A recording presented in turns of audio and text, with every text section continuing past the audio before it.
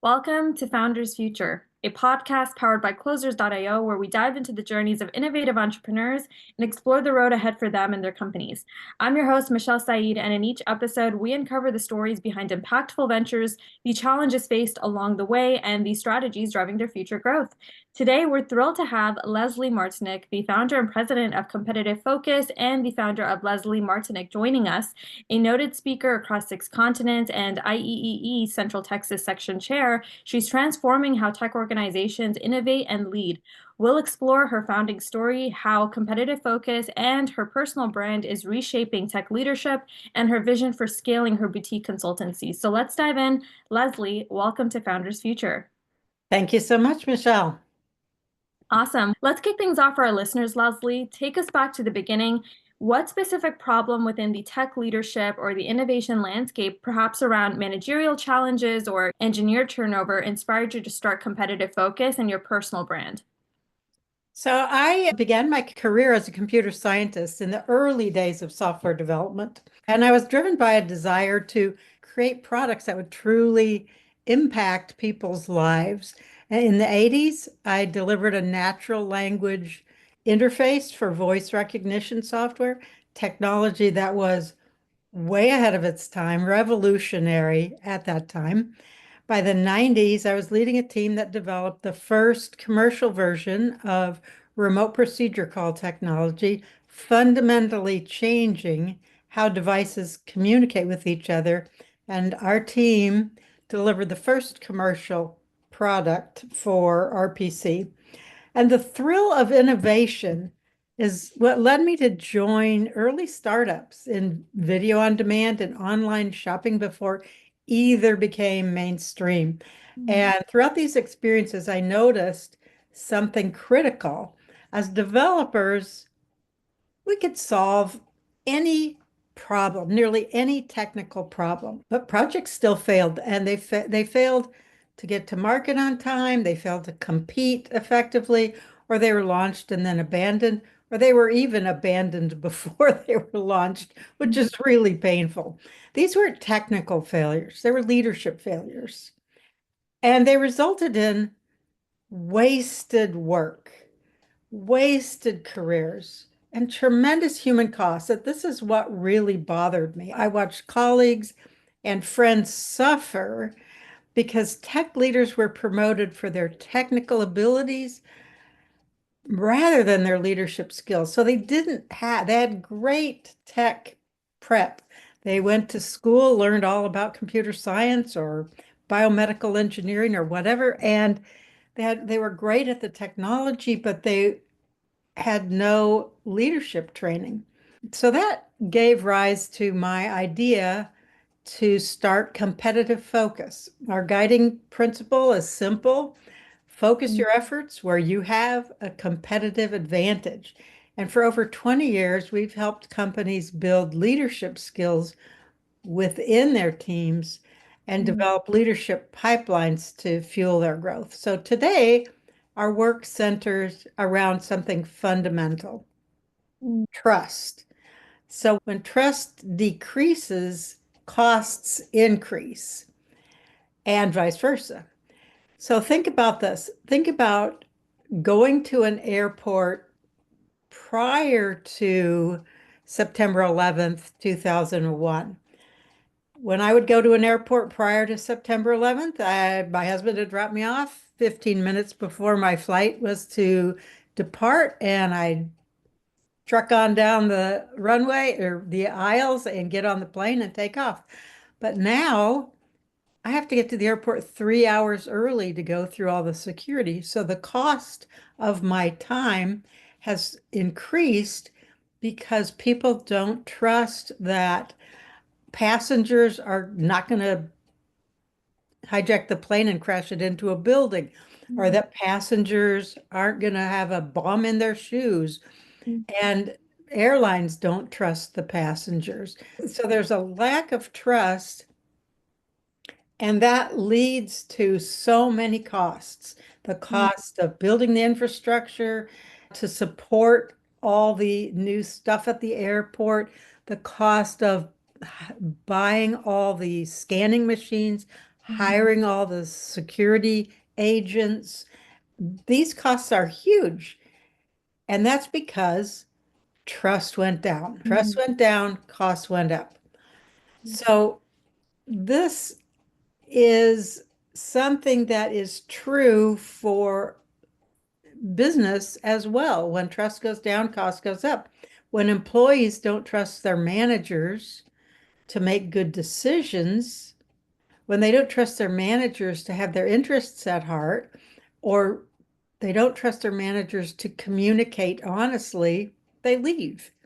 And people mm, don't leave companies. They leave bad managers and bad leaders. We all know that, yeah.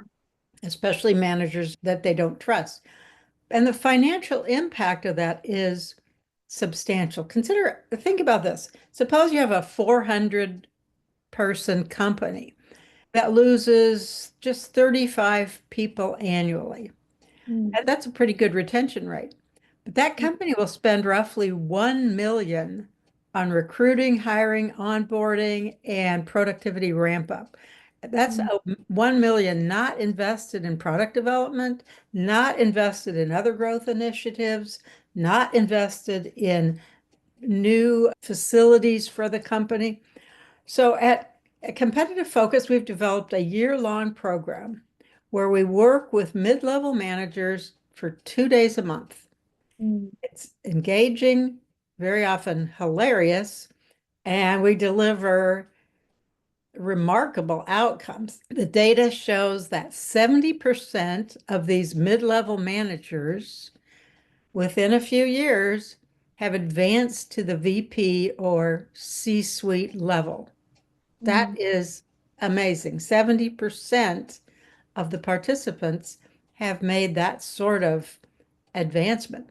So mm, I want to mention a side effect of this is that over that year-long period, silos are broken down. So mm, within the company, people from accounting get to know people from development or marketing, and and that breaks down a lot of silos, and that improves trust within the company as well.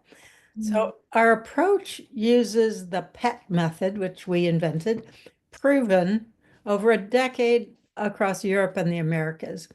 The mm, P in PET is for be present and pay attention. And the mm, E is for engage and enlist. And the T is for trust. So the most important part is to build trust.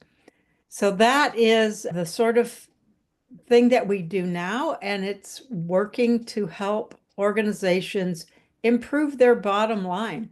Because mm, when you can improve trust, you improve productivity, you improve morale, mm. and you improve retention. And all of that is great for the bottom line. So that's what we do, and it's been proven to work.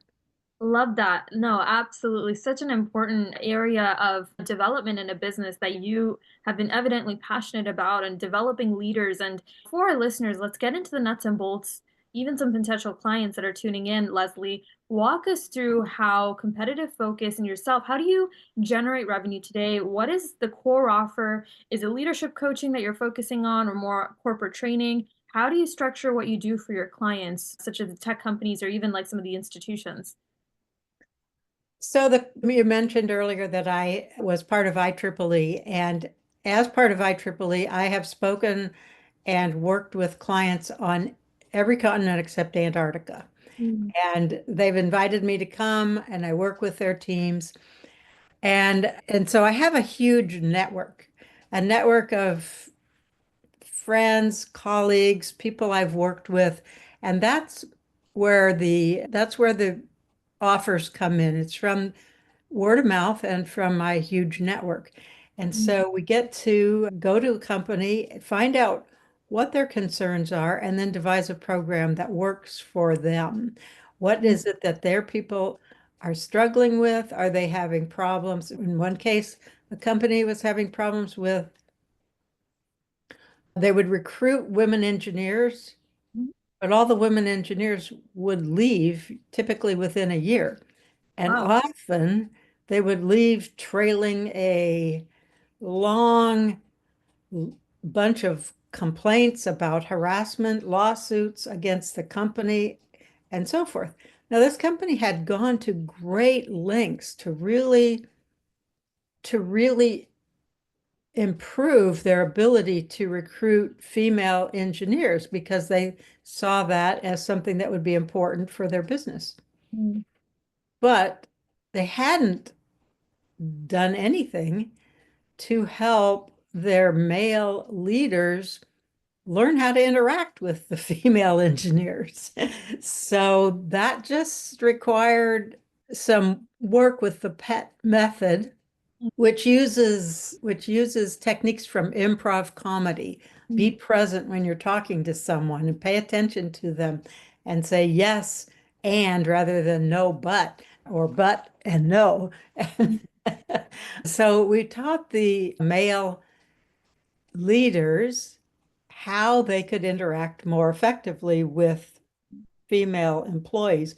And so we included both male and female people in this program because our program relies on practice. You have to practice the skills that you learn, and you practice with a team of four people. So mm, a leader, an individual contributor, and mm, two observers, and they're given a small issue, like the individual contributor isn't getting their work done on time, and mm, they're meeting with the leader.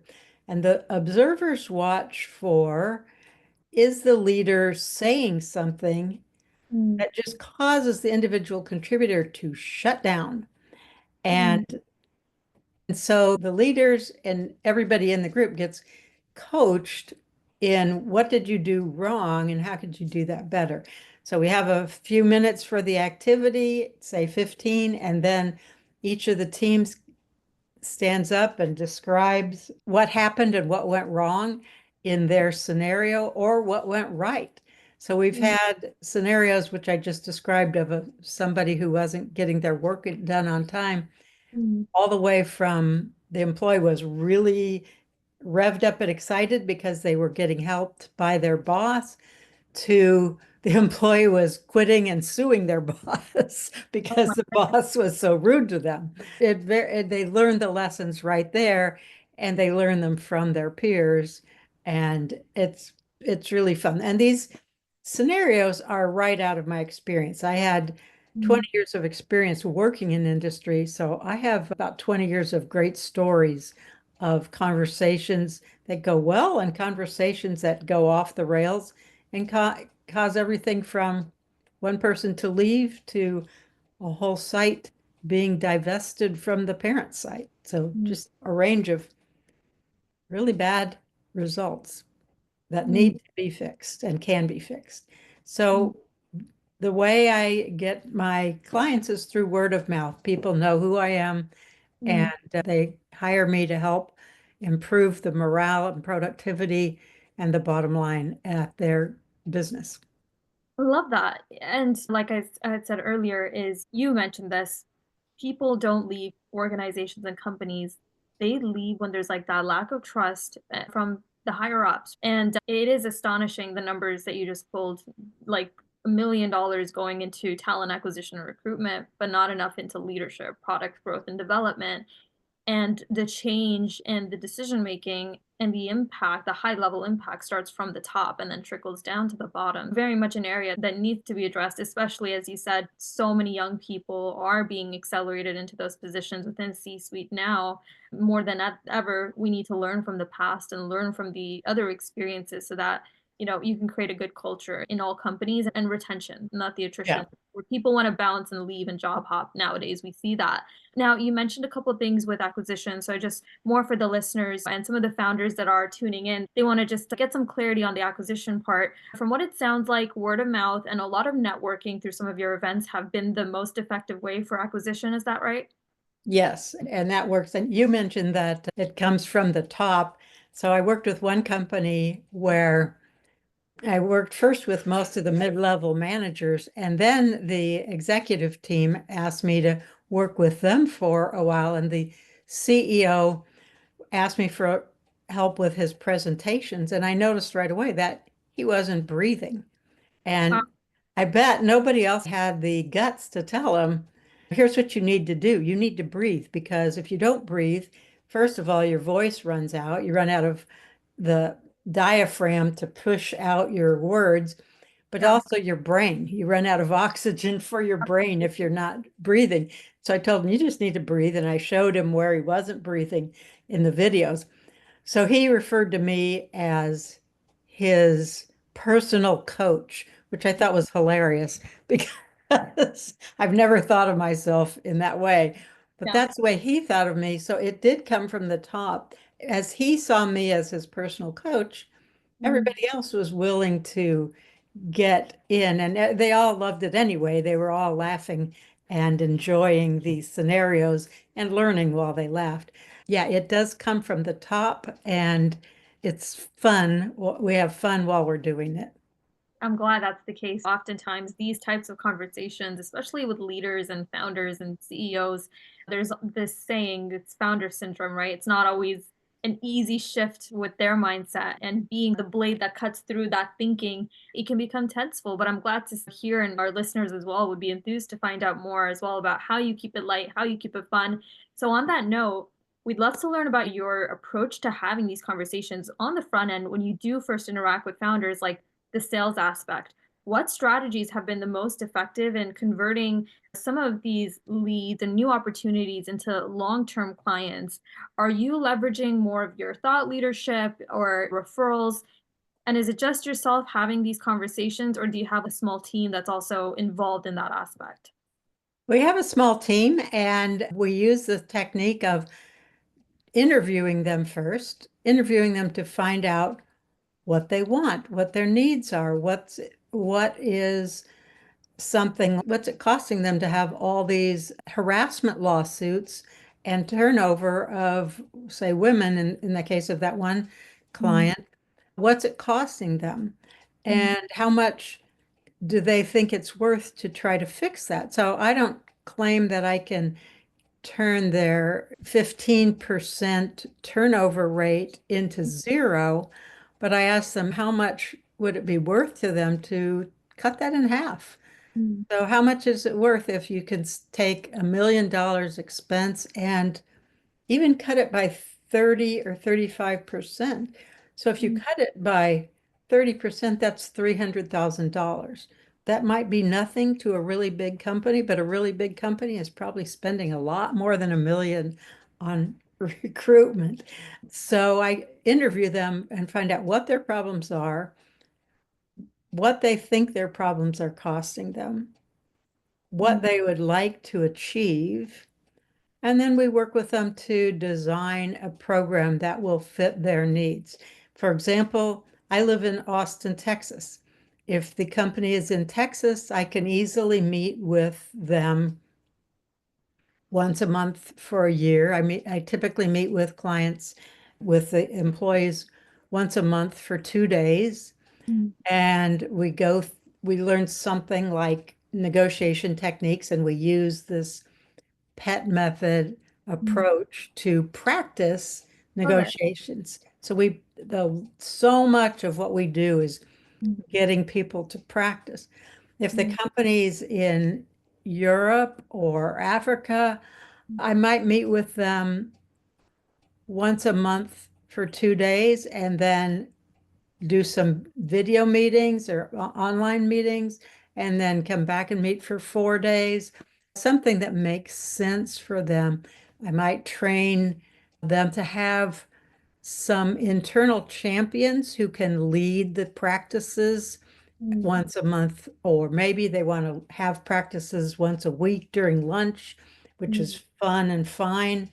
So that's how the logistics go. First, mm. I find out what you need, then I figure out what might help you and give you some proposals, and then we'll see how it goes from there. Love that. No, it's all about listening first, finding out where those gaps are, where the challenges are, and really just keeping it conversational. So, love that approach. Now, from what it sounds like, you've built a lot of momentum and an incredible growth over the last few years, training leaders across six continents, as I mentioned. But if there was one bottleneck, and more for our listeners who are tuning in and they're just finding their footing now in their journey, what's one bottleneck that stands out? Is it attracting like the right types of clientele, scaling on the fulfillment side? What are you most focused on solving right now to keep all of the momentum going? I wouldn't call it a bottleneck so much as an obstacle, but COVID was a tremendous obstacle and hurdle for us to overcome because all of our work had been in English and in person.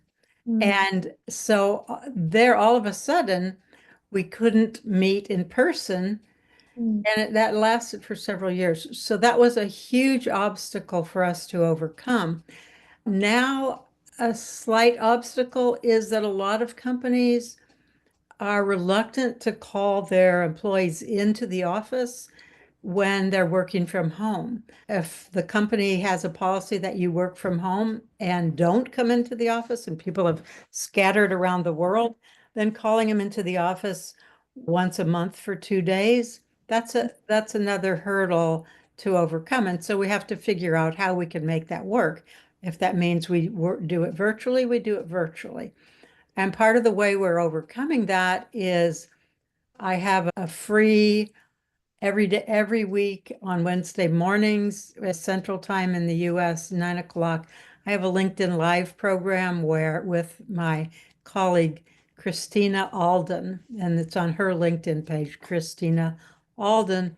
And mm, then we discuss hurdles that companies are facing or obstacles or problems facing them with regard to growth. We discuss that mm, just LinkedIn Live. And then once a month, we're doing a part of this pet program online with people from anywhere. Then that's a subscription model. So we're mm. trying out things to overcome the obstacle of travel and Mm. work from home, which is an obstacle to getting everybody together in one place. Yeah, there's so much collaboration that can be done in person. I think that's one of the things that the pandemic and the whole remote culture maybe overlooked, right? The fact that you can go into one room, you can get an answer, you can sync on things without having to necessarily figure out and aligning the schedules more formally. Now, with everything you've accomplished, really reducing turnover through leadership training most prominently, what's top of mind right now for growing competitive focus in your own personal brand over the next 6 to 12 months? What does that runway look like for you? So one of the things that I personally am working on with some help from my team is I'm writing a book on leadership and trust. And I decided that my audience probably would like to read it in a very short form, not a big tome on leadership and trust. That's probably not going to reach my audience. And so I'm writing it in parable form, which is so much fun. My previous writing is all very serious, down to earth, academic kind of writing, but this is a whole new target for me, and it's a parable form of an entrepreneur who lives in Southern California. He's a software developer, entrepreneur, and he's a surfer. Mm, And I'm from Southern California, so I put it in my hometown, and a lot of the activity happens on the beach, which is mm, just what I like. And so I'm having a lot of fun with a parable of a entrepreneur who's lost his team's trust, and how does he go about regaining it or rebuilding it? And that's one thing that we're doing, which is just a lot of fun. I hope to have this book completed by the end of the year. And then I'll go on a book tour and meet with companies yeah. who want to learn, meet with book clubs Mm, and do things like that. That's taking a lot more of my time than, of course, when I wasn't writing a book, it was taking zero of my time. But now it's taking a bunch of my time, but it's so much fun and I'm really enjoying it. So that's something that we're working on. Also, I mentioned my colleague Christina Alden. So she and I have formed Lucky and Leslie, and we are doing virtual pet training activities once a month on Fridays for no, second Friday of the month. We do once a month training. So that's another direction that we're trying things and focusing things. Those are a couple new directions for us. Love that. Love that. No, we're excited to take a look later on. I'm sure, now that you mentioned the book, the listeners are going to try and get in touch and get their copy. And it's really cool to see that you're thinking outside of the sandbox and trying new things with the current model that you have. Where are you looking to take the consulting and the coaching business right now over the next few months? Like, where does that stand? Where are you looking to go with that as well?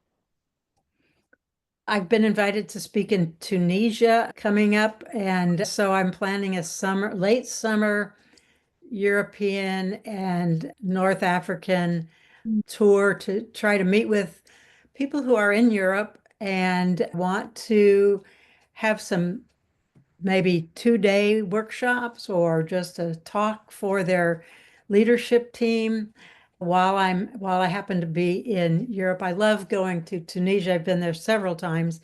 And the Wow. last time I was there, I got to ride a horse on the Mediterranean.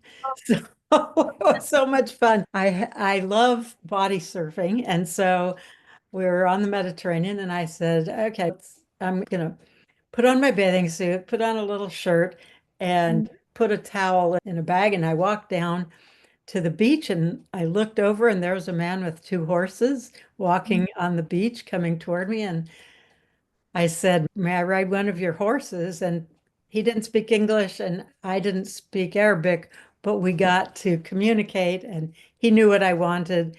And so I got to ride a horse on the Mediterranean. And I just put my sandals in the little bag so they didn't fall off my feet while I'm galloping along. Yeah. I didn't get to go body surfing, but I did get to go horseback riding. Anyway, I love traveling. I try to go body surfing wherever I go. And some of my favorite places are Salvador, Brazil. Didn't get to go body surfing in the Adriatic because there were no waves, but I did get to go swimming when I was in, I think it was Rijeka, Croatia. And that Beautiful. was so fun. So anyway, I am looking forward to a path in Europe and North Africa for the August, September time period this year.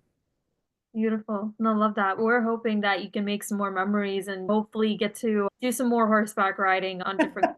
What a spontaneous moment. It's always the spontaneous moments that end up being the most memorable, right? Yeah. Yeah. Let's get a bit hypothetical because I love your passion for tech leadership more specifically. If you had a genie in the room, Leslie, and you rubbed the lamp, and now you have unlimited resources, what would you implement immediately to accelerate the growth of competitive focus? What I would want would be something that could help all the leaders in the world, something that could help them be better leaders. Because what I care about is all the employees who suffer, who are stressed, who are burnt out. And I want those employees to have a better experience, and I want the leaders to have a more successful company. Mm. So if I had the genie and I could wish for anything, the goal would be to help all the leaders and simultaneously all the employees so that they could be productive and not stressed and burnt out. And I think I would wish for one way to get the information to them would be every leader could read this book I'm writing and learn the lessons, or every leader could take the classes or something that I had enough people to help with delivering the material so that everyone could learn without pain. They would just be able to learn while they laugh, because that's a lot of what we do at Competitive Focus. We have a lot of laughter with the learning. I love that. If only that we can do that with the snap of our fingers. But That you're, and world peace, I would be all in favor. no, absolutely. But from what it sounds like, you're the genie making that happen while not just with the snap of your fingers over time. You're making waves, and we're incredibly moved by the philanthropy and the movement you've created. And we're excited to follow your journey as well over the next year and see how everything pans out with the book tour and some of the traveling you're doing in the leadership empowerment. On that note, that wraps up another inspiring episode of Founders Future. Leslie, once again, thank you so much for sharing your remarkable journey and insights with us today. Your groundbreaking work in software engineering and like empowering tech leaders worldwide, as I said, with innovative training. To our listeners, if you enjoyed this episode and would like to get in touch, please don't hesitate to subscribe to Founders Future wherever you listen to your favorite podcasts. You can also find some more resources and insights at closers.io, where we're dedicated to helping businesses accelerate their growth through trained appointment setters and world-class sales systems. Until then, keep climbing, and we'll see you all on the next one.